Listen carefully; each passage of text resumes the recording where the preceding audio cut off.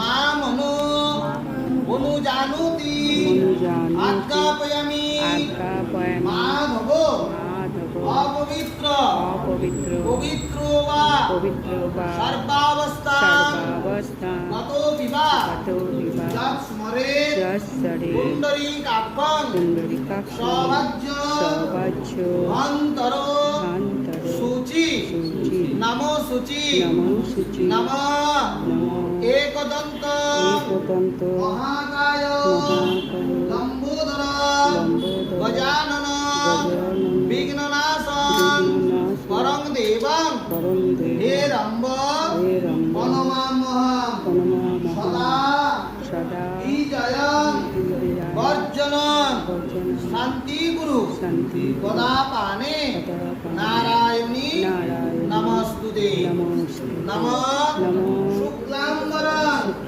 ভরং বিষ্ণু শশীবর্ণং চতুর্ভুজং প্রসন্নং বদনং ধ্যায়েৎ সর্ববিঘ্ন প্রশান্তয়ে শ্রীতে সকল কল্যাণং আর্যাণং কুরুমেব চ নমঃ মাগো বিপদ তারিণী দরিদ্র ভঞ্জন তারিণী শত্রুক্ষয় বিনাশিনী হর পাপ হর রোগ হর শোক হর সুখ হর মারি হরিপ্রিয়ে বিপত্তারিণী নমস্তুতে দুর্গে দুর্গে মহাভাগে রাহিমাং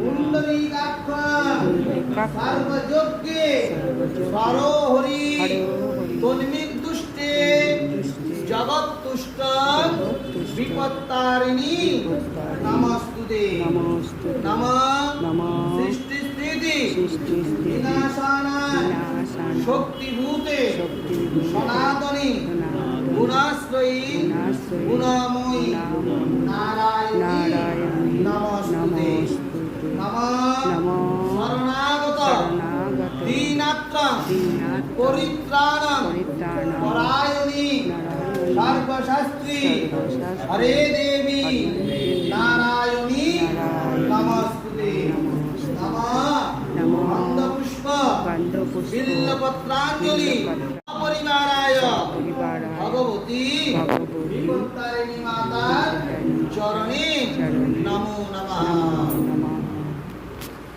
জয় মা বিপত্তারিণী জয় বলছি একটু বাসকে প্রণাম মানে এটা নীল ঝুড়িটা একটু সিঁদুর দিলে পুষ্পাঞ্জলি সব মন্ত্র আচ্ছা, শ্রবণ ঠিক আছে করিয়ে দিলাম। ঠিক আছে। এগুলো কি ওখানে আজ আমি দেখো পুজো পাঠ দিয়ে আসলাম। আসার পরে সমস্ত ফলগুলোকে কেটে টুকরো করে নিলাম এবং ফুল বেলপাতা মাথায় ঠেকিয়ে জয় মা বিপত্তারিণী ধাগাটাকে মাথায় ঠেকিয়ে ব্রত পাতাটা অবশ্যই করবো, করে এই ফলগুলোকে খাবো। দেখো সমস্ত রকম একটু একটু করে নিয়ে 13 রকম ফল মিষ্টি আমি নিয়ে নিয়েছি। এখন ব্রত পাতাটা করবো, করে এগুলো খেতে হবে। বিপত্তারিণী ব্রত একদা নারদ ঋষি পরানুগ্রহ কামনায় সমস্ত ভুবন ভ্রমণ করিতে করিতে কৈলাসে আসিয়া উপস্থিত হইয়া শিবের সহিত দুর্গা দেবীকে দেখিয়া প্রণাম পূর্বক জিজ্ঞাসা করিলেন, কি ব্রতের দ্বারা বিপদ হইতে ত্রাণ পাওয়া যায়? হে পঞ্চানন, কৃপাপূর্বক আমাকে বলিতে আজ্ঞা কর। মহাদেব বলিলেন, বিপত্তারিণী দুর্গার ব্রত যে সকল স্ত্রীলোক করেন তাহারা নিশ্চয়ই অতি শীঘ্র বিপদ হইতে ত্রাণ পাইবেন। নারদ জিজ্ঞাসা করিলেন, কেহ বা এই ব্রত করিয়াছিল, এমন মর্তে কেউ বা প্রকাশ করিয়াছিল? মহাদেব জিজ্ঞাসা বলিতে লাগিলেন, পূর্বে বিদর্ভ দেশে এক সত্য পরাক্রম রাজা ছিলেন। তাহার পত্নীও সর্বপ্রাণী হিতে রতা ও অত্যন্ত গুণবতী ছিলেন। একদা বনে এক চর্মকার পত্নীর সহিত তাহার নির্জনে বন্ধুত্ব হয়। রাজপত্নী তাহাকে নানাবিধ দ্রব্য এবং চর্মকার পত্নী নানাবিধ ফল পরস্পর আদান প্রদান করিল। একদিন যখন চর্মকার পত্নী রাজবাটিতে উপস্থিত হইল, উভয় সখীতে পরস্পর কথাবার্তা হইতে লাগিল। এমন সময় রাজপত্নী বলিলেন, ভাই, আমি কখনো গোমাংস দেখি নাই, তাহা কিরূপ? তুমি গোপনে উহা আমার বাটিতে আনয়ন করো। রাজপত্নীর বাক্যে অতি যত্নপূর্বক গোপনে ওই চর্মকার পত্নী চুপড়ি করিয়া বস্ত্র দ্বারা আচ্ছাদন পূর্বক গো মাংস রাজবাটিতে আনয়ন করিল। রাজপত্নী উহা গোপনে নিজ গৃহে রাখিয়া দিলেন। রাজভৃত্য দেখিতে পাইয়া রাজাকে বলিয়া দিল। রাজা অত্যন্ত ক্রুদ্ধ হইয়া বাটিতে আসিলেন এবং রাজপত্নীকে আহ্বানপূর্বক বলিলেন, তোমার গৃহে কি লুকিয়া রাখিয়াছ, শীঘ্র আনো। কি রাখিয়াছ তাহা যদি সত্য না বলো, তাহা হইলে অদ্যই তোমাকে যম ভবনে পাঠাইব। রাগী অত্যন্ত ভীতা হইয়া বলিতে লাগিলেন, রাজন, আমার গৃহে নানাবিধ ফল পুষ্পাদি রইয়াছে, ইহা ব্যতীত তো আর কিছু নাই। এই কথা বলিয়া মনে মনে দুর্গা দেবী স্তব করিতে আরম্ভ করিলেন।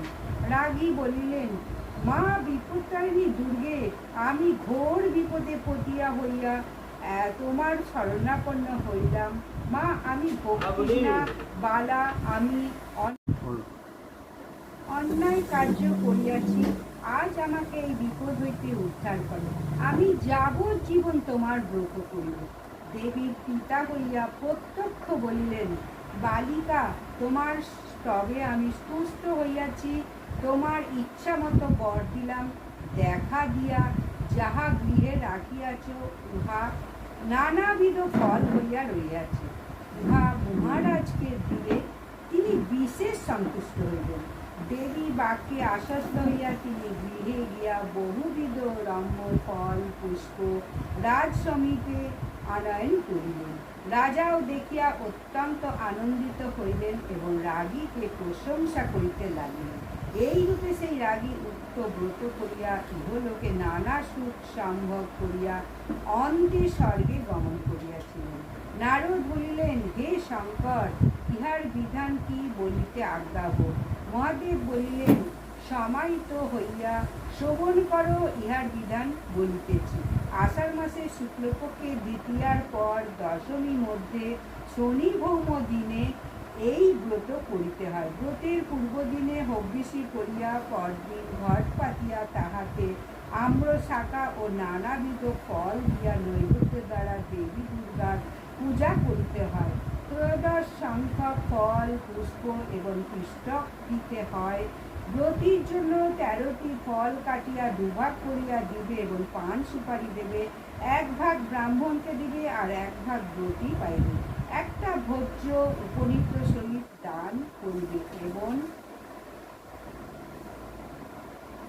ব্রাহ্মণকে দক্ষিণা দিয়া 13 গ্রন্থিযুক্ত রক্ত ডোর নেই বাম হস্তে ও পুরুষ দক্ষিণ হস্তে ধারণ করিবে। এই ব্রত যিনি করিবেন তিনি কখনো বিপদে পতিত হইবেন না, বিধবা হইবে না। অধিকন্তু স্বামী সৌভাগ্য লাভ করিয়া পুত্র পৌত্র সমাযুক্তা হইয়া ইহলোকে নানা সুখ ভোগ করিয়া স্বর্গে গমন করিবেন। ইয়াতে একখানা নৈবেদ্য করিতে হয়, একটি ভোজ্য দান করিতে হয়, 3 প্রকার ফুল দিতে হয় এবং 13 প্রকার ফুল দিতে হয়, 13 প্রকার ফল 2 ভাগ করিয়া কাটিয়ে দিতে হয়, একটি চুকরিতে 13টি ফল দিতে হয় এবং 13 গাছি লাল সুতা পান সুপারি চুন ফয়েল দরজা জর্দা ঘৃত ইত্যাদি দিতে হয়। ব্রতীর আহারের জন্য লুচি ভাজিয়া দেওয়া আহারে আছে, ব্যবহার করা হয় এই 13টা লুচি খেয়ে বিপত্তারিণী ব্রত সমাপন করতে হয়। যাই হোক, আজ বিপত্তারিণী ব্রত কথা তোমাদের শ্রবণ করালাম। এখন আমি 13 রকম ফল খাবো, সেটাই তোমাদের বলে দিচ্ছি। ভিডিওটা ভালো লাগলে লাইক সাবস্ক্রাইব শেয়ার করিও। নমস্কার।